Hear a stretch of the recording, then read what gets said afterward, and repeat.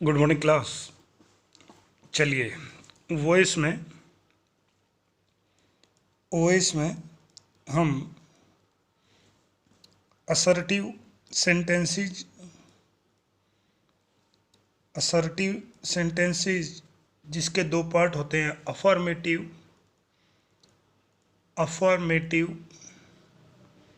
और नेगेटिव, यानी आपका पॉजिटिव और नेगेटिव जिसको बोलते हैं। 2 नंबर में इंटेरोगेटिव सेंटेंसेस यानी प्रश्नवाचक वाक्य, और इंटेरोगेटिव भी आपके WH वर्ड से बनने वाले और HV से बनने वाले, और HV में भी मॉडल से बनने वाले जिनकी संख्या 13, और प्राइमरी हेल्पिंग वर्ब से बनने वाले, हेल्पिंग वर्ब यानी HV से बनने वाले जिनकी संख्या 11। यानी ये हम इन सब पे चर्चा कर चुके हैं।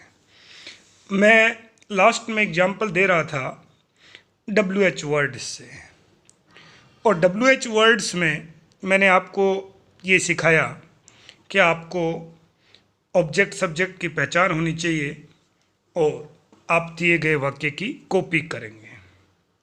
एक उदाहरण और लेते हैं, जैसे हु फाउंडेड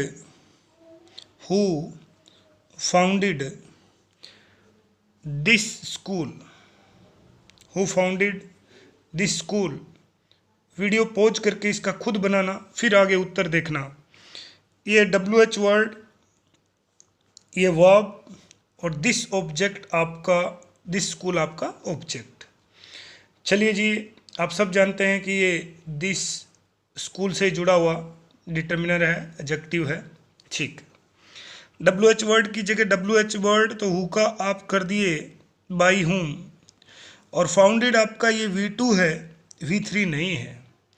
V3 होता तो हैज या हैव या हेड या सेल हैव या विल हैव लेता है, ये V2 है। ये वर्ब होती है अलग, वो फाइंड वर्ब अलग होती है। ये फाइंड जिसका अर्थ होता है पाना, जिसका सेकंड फॉर्म होता है फाउंड और थर्ड फॉर्म होता है फाउंड। ये फाउंडेड है स्थापित करना, तो ये बनेगा बाई होम, यानी WH वर्ड की जगह WH वर्ड। क्योंकि ये V2 है तो वॉज वर्ड लेगा, जैसा हम सीखे हैं। तो बाई होम वॉज मैंने इसलिए यूज किया है क्योंकि मेरा नया सब्जेक्ट बनेगा दिस स्कूल। आप दोनों लिखें यहाँ, फिर आप नया सब्जेक्ट देखें, मैं सीधा चेंज किया। तो WH वर्ड, फिर सहायक क्रिया ऐड होगी, फिर नया ऑब्जेक्ट, और अब मुझे मेन वर्ब चाहिए। तो by whom was this school, और फाउंडेड की थर्ड फॉर्म फाउंडेड ही होती है क्वेश्चन मार्क। तो कोई ज़्यादा मुश्किल कार्य नहीं है। अब यहाँ मुश्किल कब होगी? मुश्किल तब होगी जब आपके एक पॉइंट आता है डबल ऑब्जेक्ट वाले सेंटेंसेस, कि ऐसे सेंटेंस जिनमें 2 ऑब्जेक्ट हो तब। और कई बार ऐसा रहता है कि वो आपको स्टार्ट करके देता है सेंटेंस, उसकी मर्जी है कि वो डायरेक्ट ऑब्जेक्ट से बनवाए या इनडायरेक्ट ऑब्जेक्ट से बनवाए।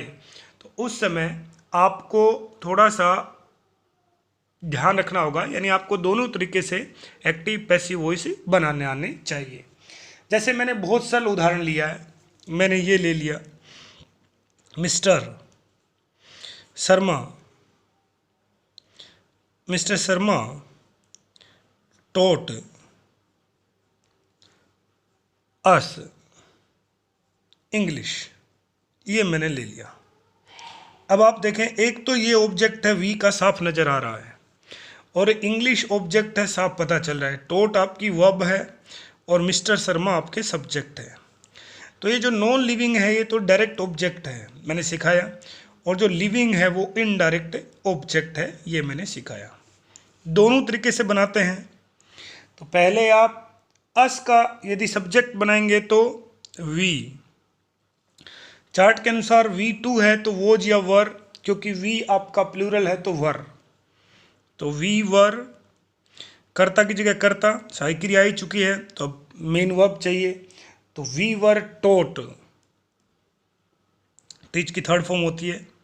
We were taught English, we were taught English by mister Sharma.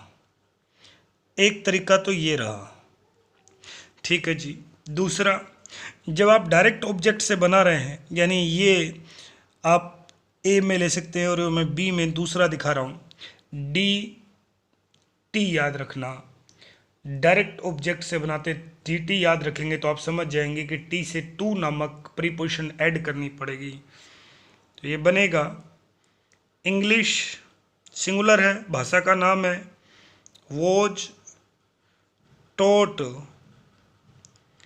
To us by mister Sharma. ये आपका बन गया।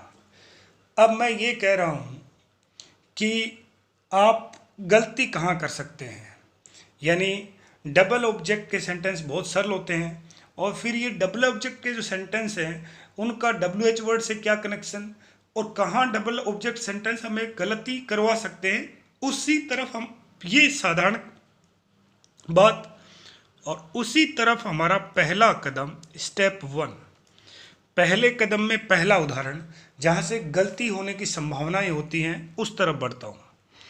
मैंने लिखा my grand mother tells us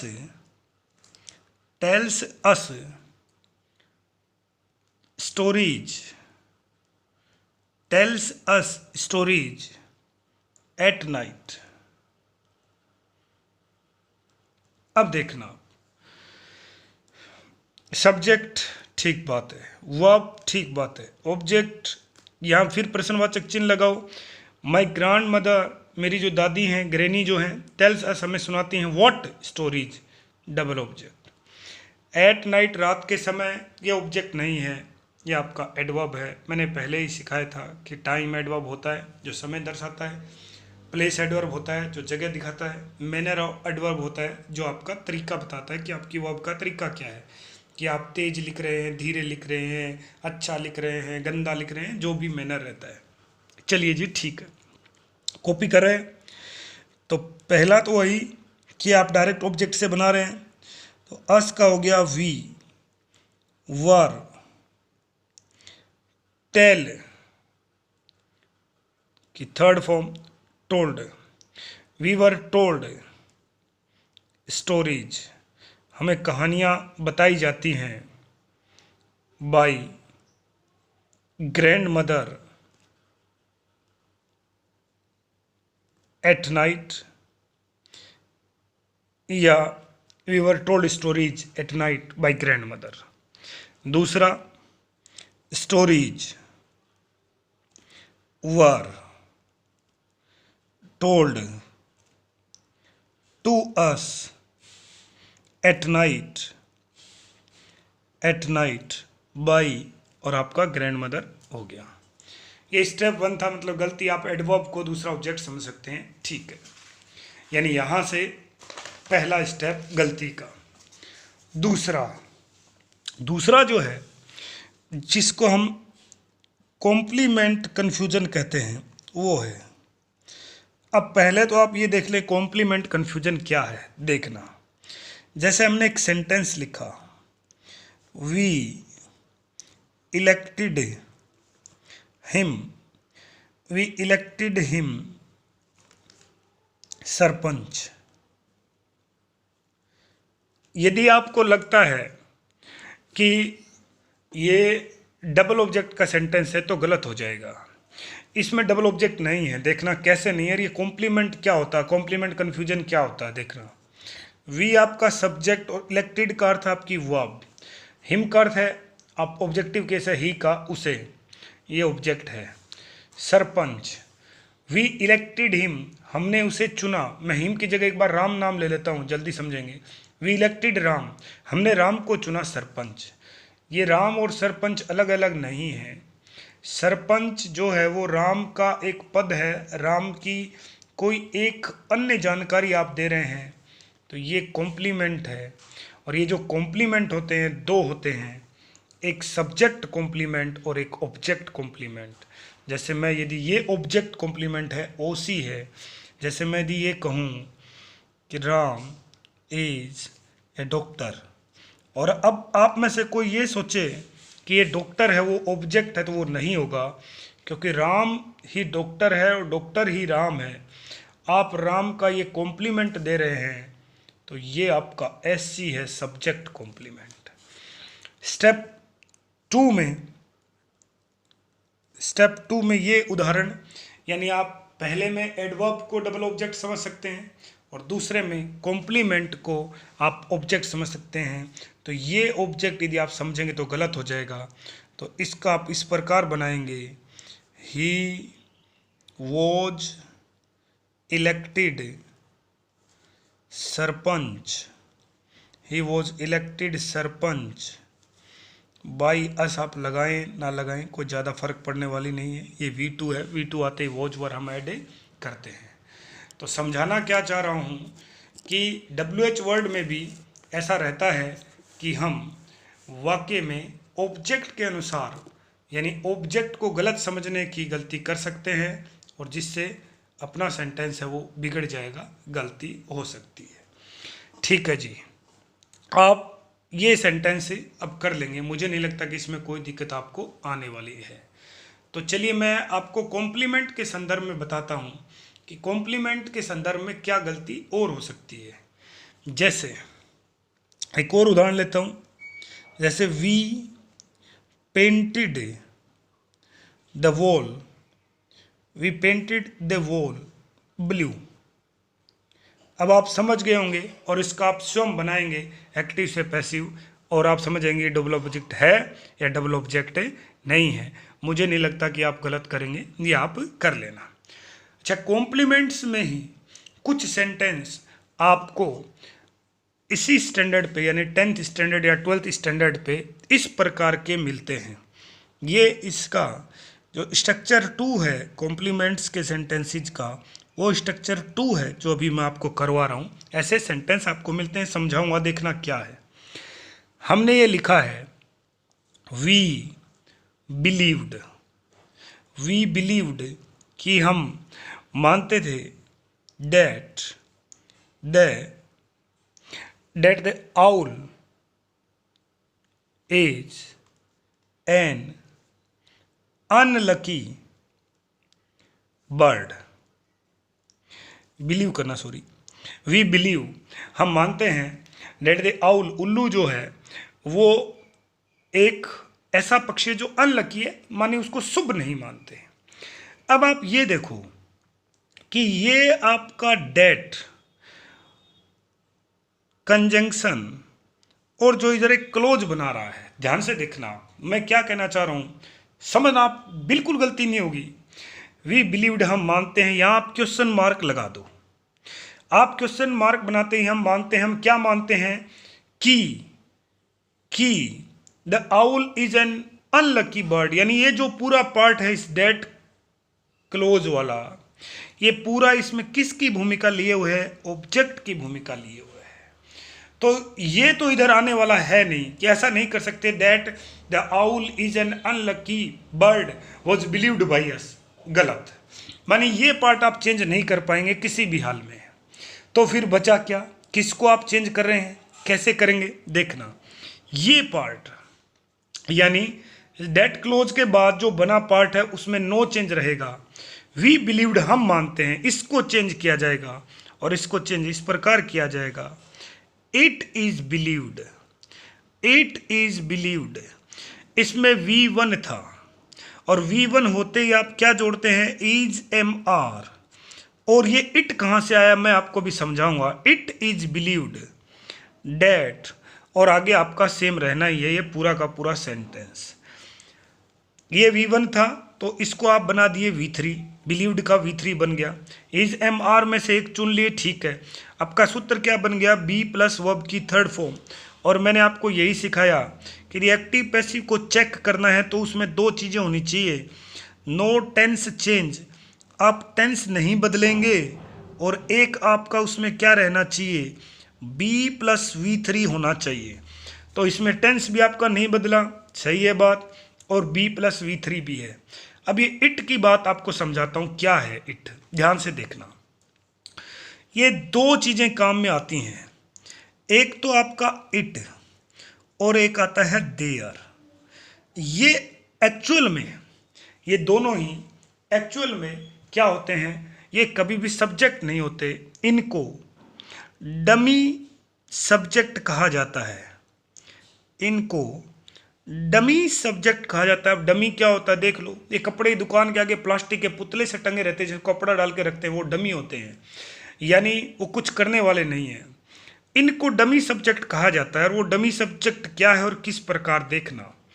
मैंने एक सेंटेंस लिखा, once there was a king, कि एक बार एक राजा था। ये वंस तो आपकी एडवर्ब है, पास्ट सिंपल की समझ आती है। तो क्या ये देयर सब्जेक्ट नहीं है? सब्जेक्ट कौन है? किंग आपका सब्जेक्ट है। और ये वॉज का यूज इस किंग के अकॉर्डिंग हुआ ना कि देयर के अकॉर्डिंग।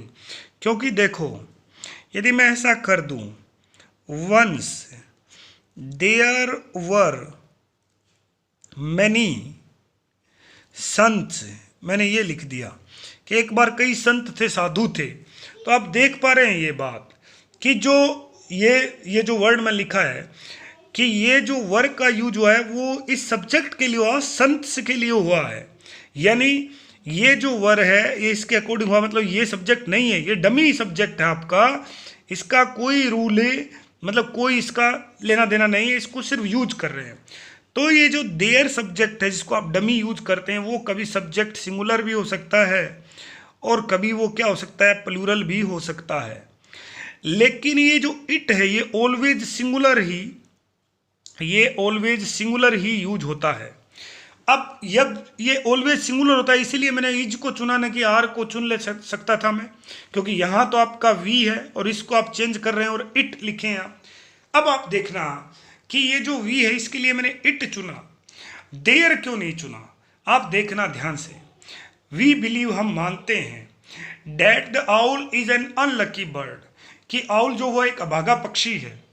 अब मैंने ये लिखा इट इज बिलीव्ड, यह माना जाता है। तो आप ये बातों कि ये जो उल्लू जो है वो आप ये कह रहे हैं कि उसको अभागा माना जाता है, कौन मान रहा है? ये बिल्कुल वेल नोन है आपका। मानी वी को आप बाई एस में चेंज करें चाहे ना करें, कोई फर्क पड़ने वाला नहीं है। यानी जब ऐसे सेंटेंस फ्रेम होंगे तब आपको डेट क्लोज का सेंटेंस जो है वो एक्टिव से पैसिव में नहीं बदला जाएगा। उसका ये पार्ट यानी मेन वर्ब से पहले वाला जो पार्ट है वही चेंज होगा। आप एक बार और समझें, गलती ना हो आपसे, ध्यान से देखना। दूसरा भी आपको एक बता देता हूं कि आप यदि इसको यदि वर्ब मान रहे हैं तो ये क्या है जी, ये आपकी लिंकिंग वर्ब है। कौन सी वर्ब? लिंकिंग, जिसको आप क्या कहते हैं, कोपुला वर्ब भी कहते हैं। और मैंने शुरुआत में ही सिखाया था, यदि कोपुला या लिंकिंग वर्ब से कोई सेंटेंस दिया गया तो उसका एक्टिव से पैसिव नहीं बनेगा। जैसे मैंने लिखा रोहन इज ए टीचर, आप रोहन इज ए टीचर का एक्टिव से पैसिव फ्रेम नहीं कर सकते। आप समझ गए बात? तो ये आपका नहीं बनेगा। तो दूसरा उदाहरण और लेते हैं, यानी एक तो ये समझ आ गया।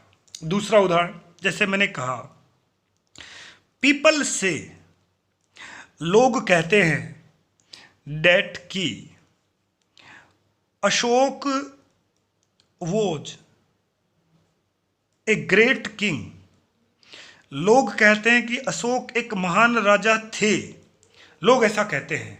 फिर वही बात आप ध्यान से देखो, मैं फिर बता रहा हूं आपको कि वो जिसमें किसकी भूमिका लिए हुए है, लिंकिंग वर्ब की भूमिका लिया है, कोपुला वर्ब बनी हुई है जिसको आप चेंज नहीं कर पाएंगे। डेट क्लोज वाले इस पार्ट को आप चेंज नहीं कर पाएंगे।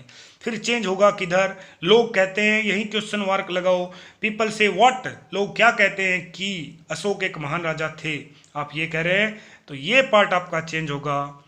इट इज सेड, ऐसा कहा जाता है, डेट अशोक, यानी अशोक महान, कलिंग युद्ध के बाद जिन्होंने लड़ना छोड़ दिया, वॉज ए ग्रेट किंग।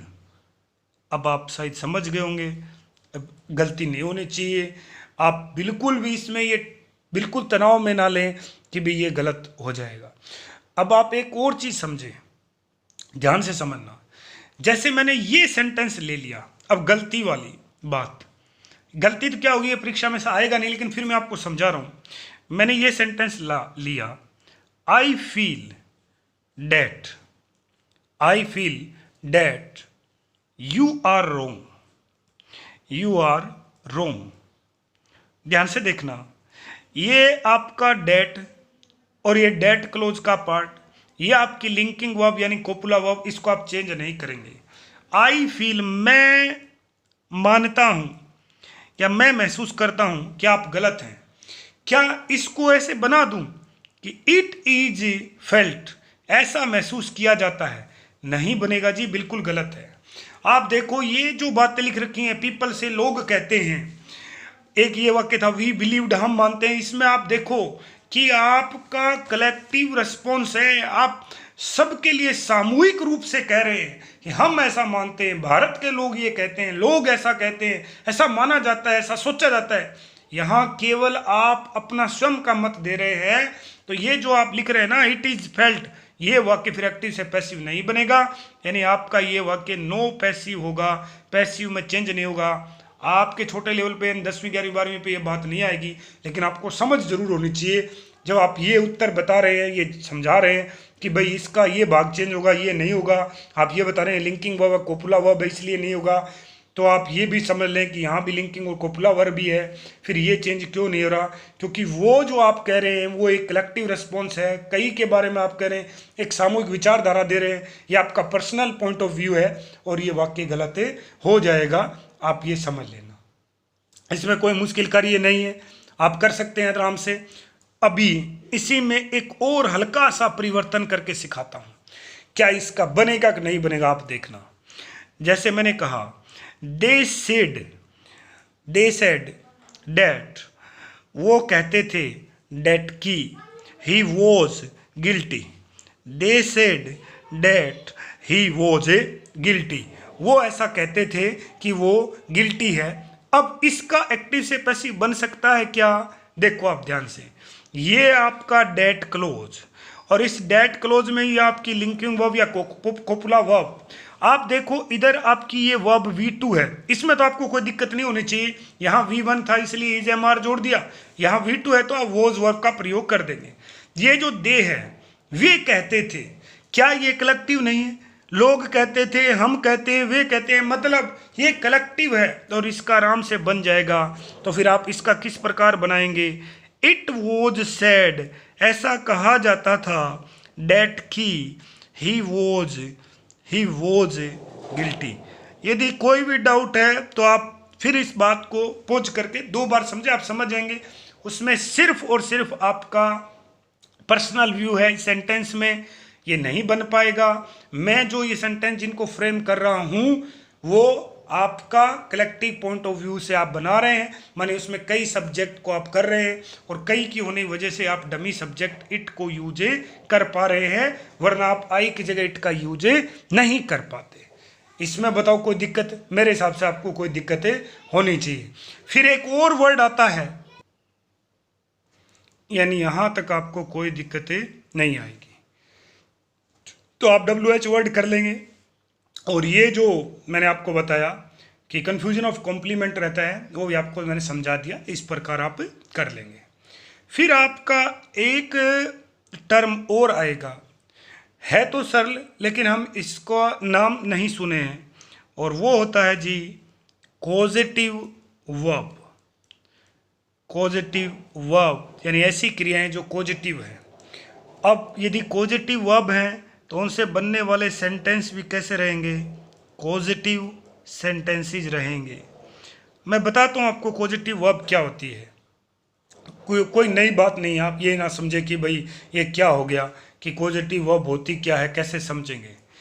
जैसे मान लो यदि मैं कॉजेटिव का ही डेफिनेशन लूँ तो कॉजेटिव सेंटेंस एक ऐसा सेंटेंस होता है, ए सेंटेंस इन विच, एक ऐसा सेंटेंस जिसमें द सब्जेक्ट जो आपके कर्ता हैं सब्जेक्ट जो हैं इटसेल्फ यानी कि खुद, रिमेन्स बने रहते हैं इनएक्टिव, मानी वो खुद कुछ नहीं करते, but takes an agent, takes an agent, और ये एजेंट वर्ड मैंने पहले भी यूज लिया है, मैं फिर काम में लूँगा, समझाऊंगा आपको कि एजेंट आपको आना भी चाहिए। पैसिव वॉइस या वॉइस के संदर्भ में एजेंट होता क्या है, एजेंट और doer.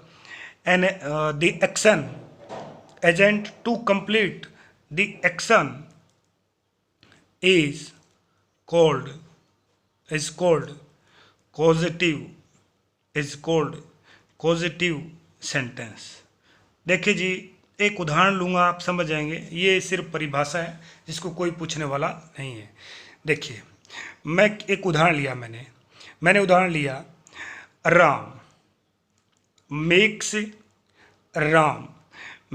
Me laugh, Ram makes me laugh every day. बहुत सरल है, लेकिन बस वही है कि आप इस वर्ब का नाम नहीं सुने वरना कर लेते। देखना आप क्या लिखें, ए सेंटेंस एक ऐसा वाक्य इन विच, जिसमें द सब्जेक्ट जो करता है, देखिए क्या मी सब्जेक्ट है, नहीं जी ऑब्जेक्ट है, क्योंकि आई का ऑब्जेक्टिव केस होता है। मेक्स इसमें क्या है, वर्ब, और ये जो राम है वो इसका क्या है, सब्जेक्ट। अब आप ये और देख लें पहले ग्रामेटिकली, यानी वॉइस के संदर्भ में थोड़े शब्द हैं उनको समझें। जो आपका सब्जेक्ट होता है उसको कहते हैं जी डूअर, और जो आपका ऑब्जेक्ट होता है उसको कहते हैं जी एजेंट, मानी वर्ब का जिसके ऊपर प्रभाव पड़ रहा है, ठीक है। और एक वर्ब आपके पास ये हो गई लाफ। अब आप देखना, ध्यान से देखना, आप करें ए सेंटेंस इन विच, ऐसा वाक्य जिसमें the subject itself remain inactive, subject खुद तो बना रहता है, इनएक्टिव कुछ नहीं करता, बट टेक्स एन एजेंट, एक एजेंट लेता है, टू कंप्लीट पूरा करने के लिए, द एक्शन उस कार्य को पूरा करने के लिए वो एजेंट को लेता है, और उस सेंटेंस को क्या कह रहे हैं, इज कॉल्ड कॉजेटिव सेंटेंस, और उसी को आप पॉजिटिव सेंटेंस लेते हैं। देखना, Ram makes me laugh every day, Ram मुझे रोजाना हंसाता है। फिर ये मेक्स वर्ब का क्या निकालेंगे आप, यानी वो कुछ ऐसा करता है कि आप हंसने के लिए तैयार हो जाते हैं। ये मेक मतलब तैयार करना। एक और सेंटेंस लिखता हूँ, आप समझ जाएंगे, बहुत सरल है, आराम से करेंगे हम इसको, कोई मुश्किल आने वाली नहीं है। जैसे I made my mother to cook rice, कि मैंने अपनी माँ को तैयार किया चावल पकाने के लिए। आप समझ रहे, मैं कुछ नहीं कर रहा, कर कौन रहा है, माई मदर, जो मेरा क्या है, एजेंट है, ऑब्जेक्ट है। कुक जो वर्ब है उसको पूरा करने का ये कर रहा है, लेकिन ये जो मेड है, तैयार करना, वो आप समझ गए होंगे। तो वही सेंटेंस अपना ये था कि Ram makes me laugh every day, कि राम कुछ ऐसा करता है कि वह हंस जाता है। अब ये जो पॉजिटिव वर्ब है वो 3 प्रकार से रहती हैं, माने आप तैयार करते हैं, वो चाहे आप रिक्वेस्ट से कर रहे हैं, माँ है तो रिक्वेस्ट कर रहे हैं, चाहे आप पैसे से करवा रहे हैं, मतलब फीस पे कर रहे हैं, जैसे I made the tailor to stitch my suit, भाई मैंने टेलर को तैयार किया मेरा सूट सीवने के लिए, तो वो आप उसको फीस दे रहे हैं। या फिर आप डरा धमका के नौकर वगैरह को कुछ कर रहे हैं, ये मतलब ये है कि आप अपना कार्य बनवा रहे हैं, तैयार कर रहे हैं। तो फिर इसमें आप क्या रहते हैं कि आप एजेंट को सबसे पहले लेके आओ, तो इसका बनाएंगे आई। ये मिक्स लिखा है, आप ध्यान से देखना, V1 है तो आप सिर्फ नकल ही कर रहे हैं, यानी राम की जगह आप ऑब्जेक्ट को सब्जेक्ट बना दिए। तो आई एम मेड, V3 है, I am made to laugh by Ram every day. आप समझ गए होंगे, यानी कुछ मुश्किल नहीं है, आपको इतना ही करना है कि जी मेक नामक वर्ब एज ए पॉजिटिव काम में आ रही है, तो आप पैसिव फ्रेम करते समय किस प्रीपोजिशन को जोड़ देंगे, टू नामक प्रीपोजिशन को जोड़ देंगे। जो भी कार्य वो एजेंट कर रहा है, ये ध्यान रखना, ये आपका एजेंट क्या कर रहा है, मेक नहीं कर रहा, वो कर रहा है लाफिंग, हंस रहा है वो, बस।